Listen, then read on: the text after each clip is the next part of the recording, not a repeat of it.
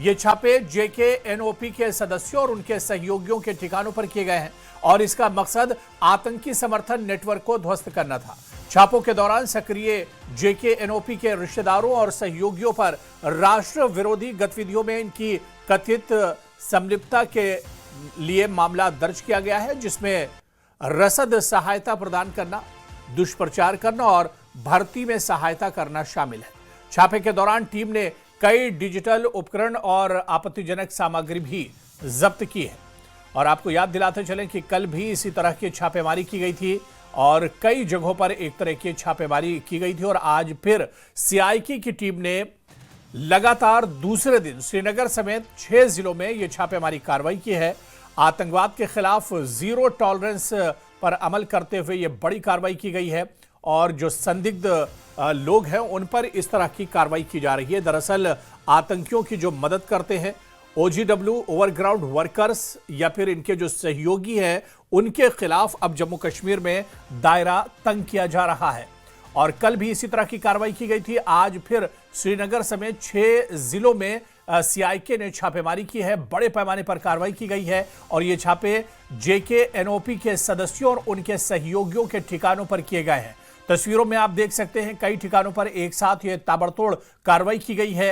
आतंकियों के जो सहयोगी हैं, जो संदिग्ध हैं, उनके खिलाफ दायरा तंग किया जा रहा है, जांच पड़ताल की जा रही है, घरों की तलाशी ली जा रही है और बारीक बीनी से नजर रखी जा रही है। आपको बता दें कि इसका मकसद आतंकी समर्थन नेटवर्क को ध्वस्त करना है।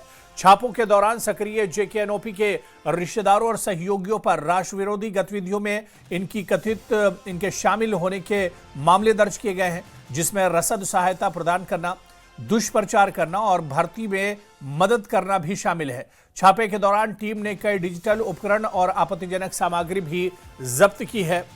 और आपको बता दें कि आज दूसरे दिन श्रीनगर समेत 6 जिलों में इस तरह की सीआईके की टीमों ने छापेमारी की।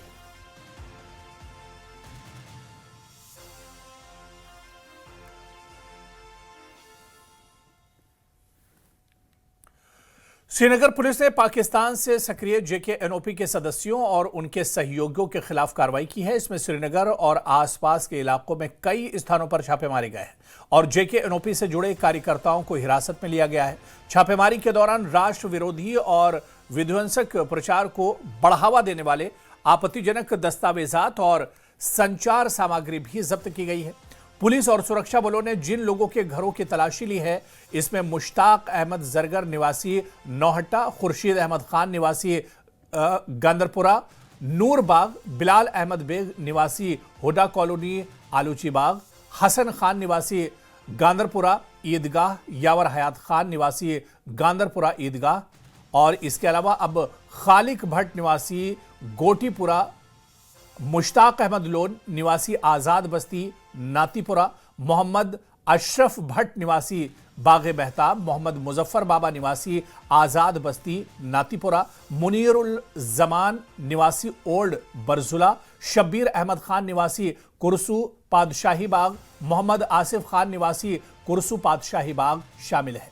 इसके अलावा जेकेएनओपी के सदस्यों के सहयोगियों के घरों की भी तलाशी ली गई है। इसमें मुनीरुज़्ज़मा निवासी ओल्ड बरजुला, शब्बीर अहमद खान निवासी कुरसू पादशाही बाग, मोहम्मद आसिफ खान निवासी कुरसू पादशाही बाग, हसन खान निवासी गांदरपुरा, यावर हयात खान निवासी गांदरपुरा, शकील अहमद बेग निवासी हुडा कॉलोनी, मुश्ताक आहलोन निवासी आजाद बस्ती नातीपुरा, मोहम्मद अशरफ भट्ट निवासी बागे मेहताब और इनके अलावा मोहम्मद मुजफ्फर बाबा निवासी आजाद बस्ती नाटीपुरा, जहूर अहमद जरगर निवासी गनी मोहल्ला नौहट्टा, आशिक हुसैन रंगरीज निवासी इकबाल मार्केट जामा मस्जिद शामिल है। इस छापेमारी का दरअसल मकसद यह है कि संभावित खतरों को रोकना और श्रीनगर में शांति, अमन और सामान्य स्थिति को सुनिश्चित करना है और इसी के तहत यह बड़ी कार्रवाई की गई है। जेकेएनओपी के सदस्य और सहयोगियों पर शिकंजा कसा गया है।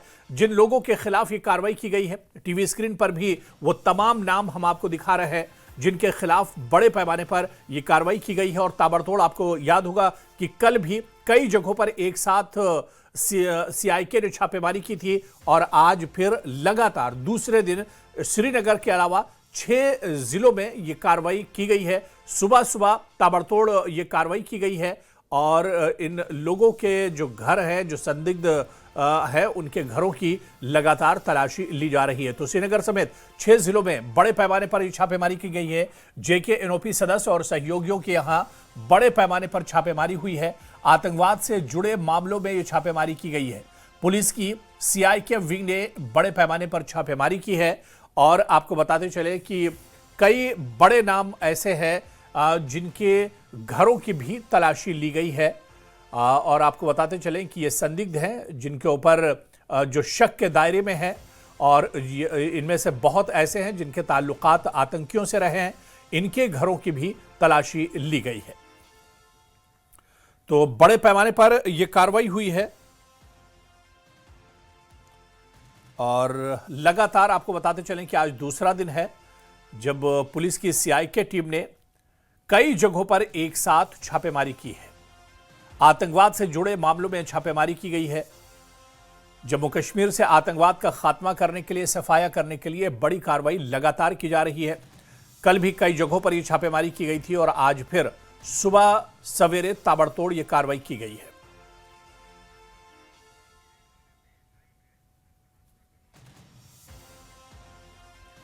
और चलिए इसी पर और जानकारी लेंगे, सीधे जम्मू का रुख करेंगे। हमारे सहयोगी राजन वैद हमारे साथ जुड़े हुए हैं। राजन, आज दूसरा दिन है जब सीआईके की टीमों ने लगातार कई जगहों पर छापेमारी की है।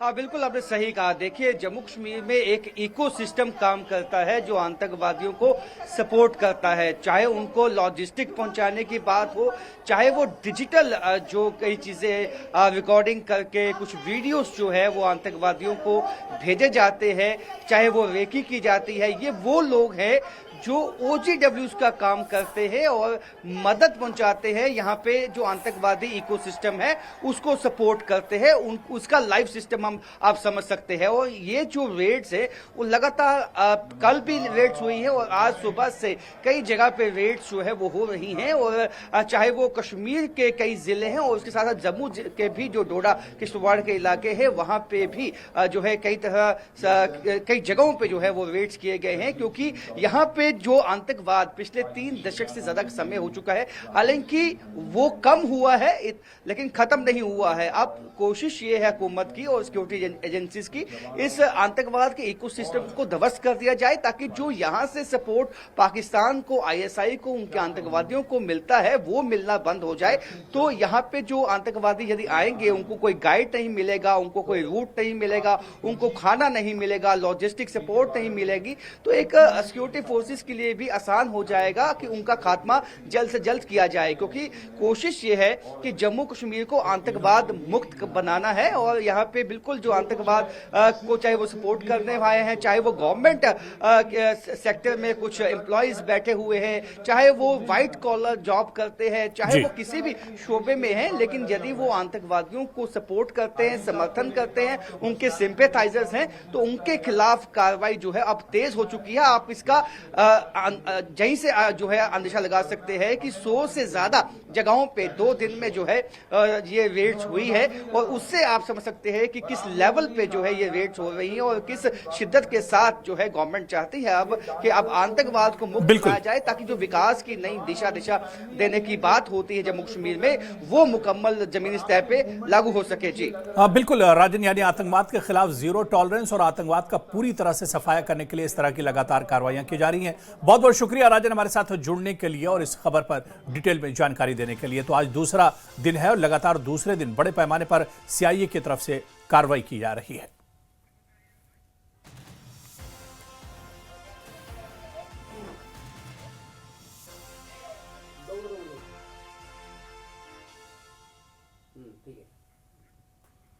सीएम उमर अब्दुल्ला के खिलाफ हल्ला बोल। जी हां, आपको बता दें कि राष्ट्रीय बजरंग दल का देशव्यापी विरोध प्रदर्शन का ऐलान किया है। राष्ट्रवादियों की भावना को ठेस पहुंचाने के और उमर अब्दुल्ला के बयान को लेकर ये आह्वान किया गया है। आपको बता दें कि उमर अब्दुल्ला से उनके बयान पर माफी मांगने का बयान आया है। अध्यक्ष राकेश बजरंगी ने कहा है कि सीएम ने वंदे मातरम के गायन पर आपत्ति जताई है। आपको बताते चलें कि सीएम उमर अब्दुल्ला ने वंदे मातरम को लेकर बयान दिया था, जिस पर अब राष्ट्रीय बजरंग दल ने उनके खिलाफ हल्ला बोल किया है और राष्ट्रीय बजरंग दल ने देशव्यापी विरोध प्रदर्शन का ऐलान किया गया है। आज जम्मू में ये विरोध प्रदर्शन बड़े पैमाने पर किया जाएगा और राष्ट्रीय बजरंग दल ने उमर अब्दुल्ला से अपने बयान पर माफी मांगने की अपील की है।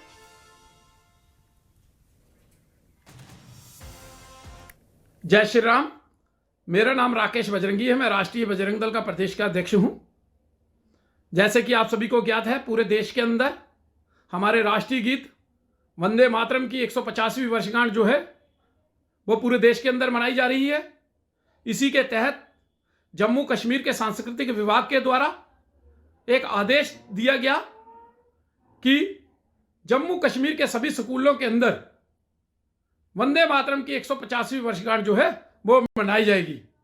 किंतु कश्मीर के सेपरेट नेता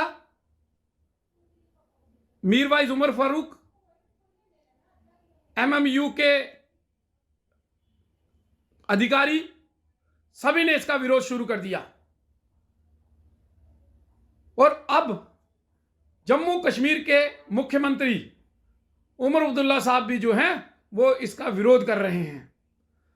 वो कल एक सभा के दौरान वो कह रहे थे कि जम्मू कश्मीर के स्कूलों के अंदर क्या किया जाएगा क्या नहीं किया जाएगा इसका फैसला हम करेंगे, कोई जबरदस्ती हमारे ऊपर थोप नहीं सकता।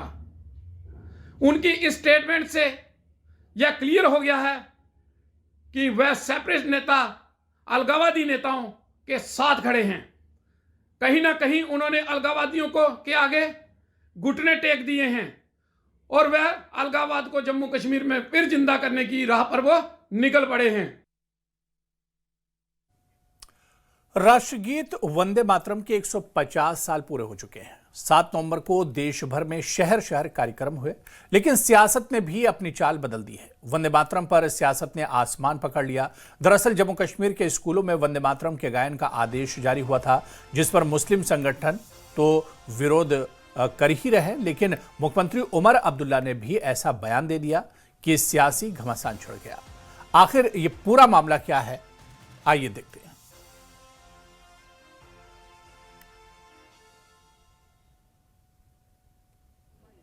काबिना के जरिए नहीं हुआ है, ना एजुकेशन मिनिस्टर साहिबा का कहीं पे इस फैसले पे दस्तखत है।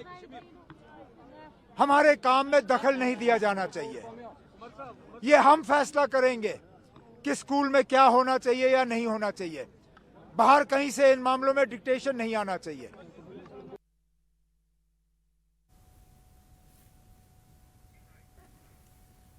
और चलिए, वंदे मातरम के इसी विवाद पर जिस तरह से सीएम उमर अब्दुल्ला का बयान आया और इस बयान के बाद विवाद बढ़ रहा है, इसी पर बातचीत करेंगे। हमारे साथ 2 खास मेहमान इस पर जुड़े हुए हैं।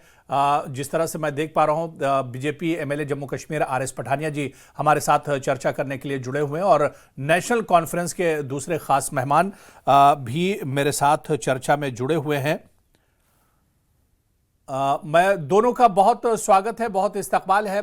मैं सबसे पहले आरएस पठानिया जी, वंदे मातरम का जो गीत का जो मामला है, 7 नवंबर को पूरे देश में पूरे उत्साह के साथ इस गीत के 150 साल पूरे हुए, 150 साल पूरे हुए और उस पर पूरे देश में उत्साह के साथ एक तरह से इसे मनाया गया। लेकिन जम्मू कश्मीर में तस्वीर इसके बिल्कुल अलग है।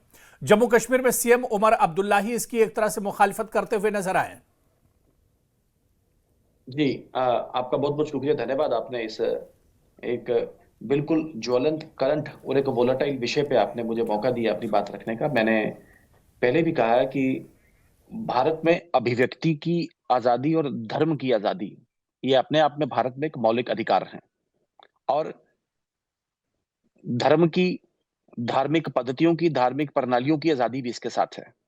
लेकिन थोड़ा सा जो आप कह रहे थे, आपको थोड़ा सा करेक्ट नहीं बोलूंगा, ऐड करूंगा आपकी बात में कि वंदे मातरम सिर्फ गीत नहीं है, ये राष्ट्रीय गीत है, ये नेशनल सॉन्ग है।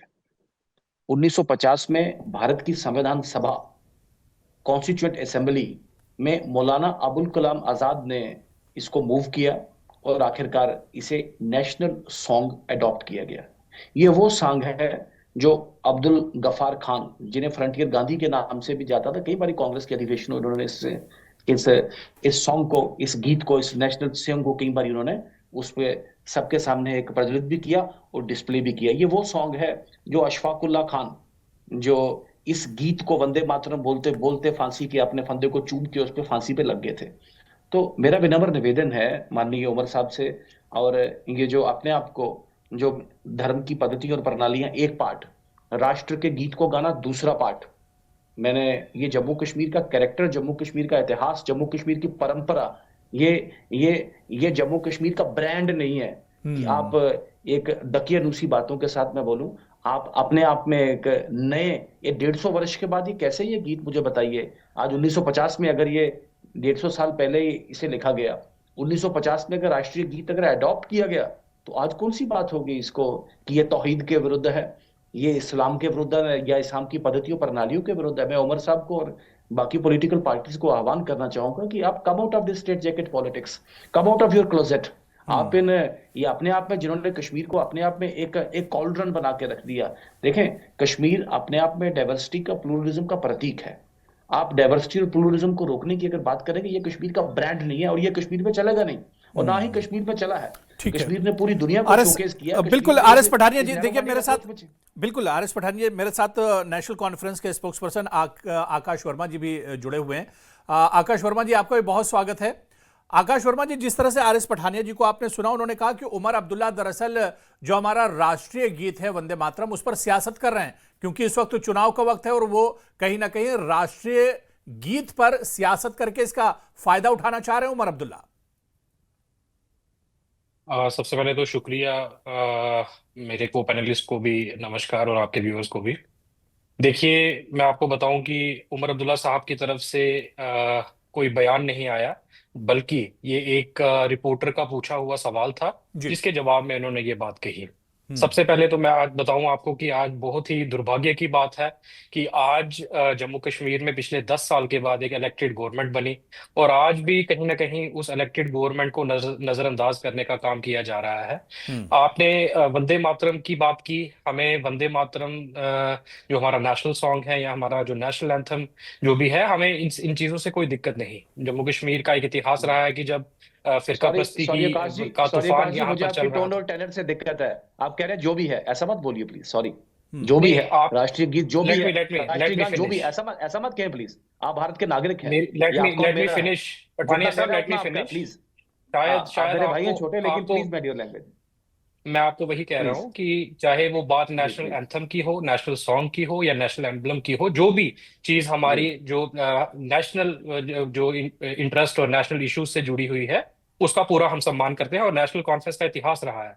मैं आपको जहां तक बताऊं कि इस इशू को आज जो एक हवा देने की कोशिश की जा रही है, ये प्योरली मैं पॉलिटिकल कहूंगा, क्योंकि सबसे बड़ा दुर्भाग्य, जैसे मैंने आपको कहा कि वंदे मातरम को आपने अगर इम्पोज करना था, जैसे आपने देश भर में किया, तो वहां यहाँ पर भी चुनी हुई सरकार थी। आप उनको कॉन्फिडेंस में लेकर इसको अगर इम्प्लीमेंट करते तो इस बात के मायने ही कुछ और होते। लेकिन इसको इम्प्लीमेंट किस तरीके से किया गया, एक तुगलकी फरमान जारी हुआ, जिसमें जो इलेक्टेड रिप्रेजेंटेटिव्स या जो इलेक्टेड हमारे यहाँ की जो गवर्नमेंट है, उसको बिना किसी कंसल्टेशन के, बिना किसी इनविटेशन के यहाँ पर इम्प्लीमेंट कर दिया, जो तो दुर्भाग्यपूर्ण है कि आज आप भारतीय जनता पार्टी जो बड़े बड़े दावे करती है डेमोक्रेसी को बचाने की, या कहते हैं कि हम बहुत बड़ी डेमोक्रेटिक पार्टी है, लेकिन मुझे लगता है ये कहीं ना कहीं डेमोक्रेटिक जो हमारा स्ट्रक्चर है, जो हमारा फेडरल स्ट्रक्चर है, उसका पठानिया, देखिए आकाश कह रहे हैं कि मौजूदा जो सरकार है, कम से कम उसे कॉन्फिडेंस में लिया जाना चाहिए था। ये तो जबरदस्ती, एक तरह से जबरदस्ती थोपा जा रहा है। नहीं, आकाश जिस तरह से बता रहे हैं कि ये जबरदस्ती थोपा जा रहा है। मेरी बात सुन रहे, मेरे दो साफ और स्पष्ट सवाल है जी। वो घोड़े की तरह आंख मूंदने का काम मत करे National Conference. They are caught on the wrong foot. Kashmir को फंडामेंटलिज्म पे और नैरो माइंडेड पार्टीशन पॉलिटिक्स के एक झरोके से आज जब कश्मीर के युवाओं ने उनसे सवाल पूछा कि मुझे बताइए, what value does your argument, does your stand add to the idea of India and to the idea of Kashmir in Jammu and Kashmir? The answer is a big zero. अब ये फंसे हैं तो ये इसमें कन्नी लगाने की बात कर रहे हैं। ध्यान से सुन लें प्लीज। ये भारत की मिनिस्ट्री ऑफ कल्चर और मिनिस्ट्री ऑफ एजुकेशन ने जॉइंटली डिसाइड किया है। मुझे एक स्टेट बताइए या एक यूनियन टेरिटरी बनाइए भारत में जिसकी कंसेंट ली गई है, जिसको कहा गया कि आप ये लागू करें। भाई नेशनल सॉन्ग को लागू करना है नहीं लागू करना, क्या क्या इसके लिए कंसेंट जरूरी है? मुझे बताइए, इज इट ए मैं आपको बोल सकता हूँ Abu ji, I put a very sweet simple question to you. मैं आपको बोलूं अबू जी राष्ट्रीय गीत गाते हैं, आप कहते हैं मुझसे पूछ, मेरी मर्जी होगी तो मैं गाऊंगा, ये क्या बात है इसमें? ये we are not in a soft state. क्या भारत के राष्ट्रीय गान और राष्ट्रीय एक गीत के लिए इतनी नफरत आपके मन में? आप इस पे इसको भी पॉलिटिक्स से नफरत का आप लफ्ज मिसलीड करने आप का काम इस्तेमाल कर कर रहे रहे हैं पठानिया Not at साहब, all. Choose your You words should have said wisely. sorry. आपको आपको सॉरी, आपको यू डिमांड ए नफरत बिग सॉरी किस चीज का to the sorry? People of किस जम्मू चीज एंड का Kashmir, sorry? To the people of this country. आपने राष्ट्रीय गान का अपमान और वो एक नेगेटिव जो एक सूडो पैट्रियोटिज्म। नार्सिसिस्टिक माइंडसेट था, उस माइंडसेट को आपने सब्सक्राइब करने की कोशिश की। अरे भाई मुझे बता दीजिए, ये धर्म के नाम पे, इस्लाम पे नाम पे जो मिस इंटरप्रिटेशन करके तो पूरे वर्ल्ड वाइड में और कंट्री वाइड और खासकर ये कश्मीर में, मुझे बताइए क्या ये जो आपने पहला जो आर्गुमेंट आपने सब्सक्राइब किया, क्या यूपी के मेरे मुसलमान भाई ने कभी ऐसी आवाज नहीं उठाई? या कर्नाटक, केरल या आंध्र या सौराष्ट्र या कच्छ के मुसलमान भाई ने कभी बात नहीं सुनी? अरे भाई राष्ट्रीय गीत गाने के लिए धर्म में धार्मिक पद्धति या प्रणाली की अवहेलना की जाती है क्या? अब जो पकड़ेंगे तो कहते हैं हमने चुनी हुई सरकार को ओवररन किया। भाई कैसे? आकाश जवाब दे सकते हैं आप? जी आप बोल सकते हैं। देखिए आरएस पठानिया साहब मेरे बड़े अजीज हैं, इन्होंने जो बात कही, इन्होंने यूपी का उदाहरण दिया। मैं इनको इनके नोटिस में एक चीज लाना चाहता हूं कि जब ये फरमान जारी हुआ तो इसमें और बाकी जो स्टेट्स थी वो भी इन्वॉल्व थी। अगर मैं केरला की बात करूं तो केरला स्टेट ने इसको आउटराइटली रिजेक्ट किया है, इस मैंडेट को नहीं अपनाया है। मैं रिजेक्ट नहीं कहूंगा बल्कि इस मैंडेट को नहीं अपनाया। दूसरा, वेस्ट बंगाल की बात करूंगा तो वहां पर भी उन्होंने इस नेशनल सॉन्ग की जगह जो है स्टेट सॉन्ग को इम्प्लीमेंट किया। तो ये तो उन अपनी जो जो वो स्टेट्स हैं उनकी अपनी एक जो ऑटोनॉमिक पावर्स हैं तो उन्होंने उसको एक्सरसाइज किया। लेकिन जहां तक जम्मू कश्मीर का सवाल है, क्योंकि जम्मू कश्मीर में इतना दुर्भाग्य है हमारा कि हमें तो पूछा नहीं गया। बात रही इंप्लीमेंट करने की या नहीं करने की, वो तो फिर उसके ऊपर बात आती जब ये फैसला हमसे कंसल्ट करके लिया जाता। लेकिन आज टारगेट अगर बनाया जा रहा है तो वो सिर्फ और सिर्फ जम्मू कश्मीर को बनाया जा रहा है, यहाँ के जो इलेक्टेड चीफ मिनिस्टर है उनको बनाया जा रहा है। तो ये बड़े दुर्भाग्यपूर्ण बात है कि ये पॉलिटिक्स ऑफ पठानिया जी जवाब दे रहे हैं, फाइनल जवाब। जी पठानिया जी आप कुछ कहना चाह रहे हैं? जी ये फिर फंस गए हैं जी। ये कह रहे हैं कि ये हमारी मर्जी है कि हमें सिंपल इम्प्लीमेंट करें या करें। इनका असली आर्गुमेंट इनके सामने आ गया है। ये राष्ट्रीय गीत और राष्ट्रीय गान में भी ये डिसाइड करेंगे कि इनको गाना है कि नहीं गाना है। This is what their argument remains. They are caught on the wrong foot. मैंने कहा आप जब एक सरकार है, आकाश देखिए पठानिया जी आकाश ये करें, जब एक सरकार है जम्मू कश्मीर में तो कम से कम उसे कॉन्फिडेंस में लिया जाना चाहिए था अगर आप इस चीज को लागू कर रहे हैं। देखें जब और मुझे बताइए एक ऐसा गीत जो गीत नहीं अपने आप में करंट और तरंग का जिसने काम किया, इस देश के स्वतंत्रता सेनानियों ने वो लड़ाई लड़ते हुए वंदे मातरम कहते हुए, और आप अगर जेफ आर्कर का अगर आप वो एनेक्डोट पढ़े जलियांवाला बाग का, वो कहते हैं जितने भी लोग वंदे मातरम बोल के 1000 से ज्यादा लोगों ने बलिदान दिया। तो ये पूरे देश भर में एक वॉर कराई थी। जितने यहाँ रेंट हुआ वो उतना 47 के पहले के पाकिस्तान में रेंट हुआ, उतना 71 के पहले के बांग्लादेश में रेंट हुआ। This is unfortunate. इनको सोचना है कि नहीं सोचना, ये आपको इस गीत को मैं आपको विनम्र, आपको सबसे प्रथम पंक्ति में आके वंदे मातरम बोलना चाहिए था आपको। हाँ आप अपना एहतजाज जताते। मैं आपसे सवाल पूछना चाहूंगा, आप उस वंदे मातरम वाली प्रेयर्स में नेशनल कॉन्फ्रेंस के कितने कार्यकर्ता गए? क्या मुख्यमंत्री और मंत्री उसी प्रेयर्स में गए? चलिए लेकिन इतना पठानिया जी, अब मेरे पास समय तो नहीं, लेकिन इतना जरूर है कि इस मुद्दे पर सियासत नहीं होनी चाहिए कम से कम, चाहे वो नेशनल कॉन्फ्रेंस की तरफ से हो, कांग्रेस की तरफ से। सियासत, राष्ट्रीय गीत के नाम पर कम से कम सियासत नहीं होनी चाहिए और सियासी फायदा इसे नहीं उठाया जाना चाहिए। बहुत बहुत शुक्रिया आरएस पठानिया जी और आकाश वर्मा, आपका भी हमारे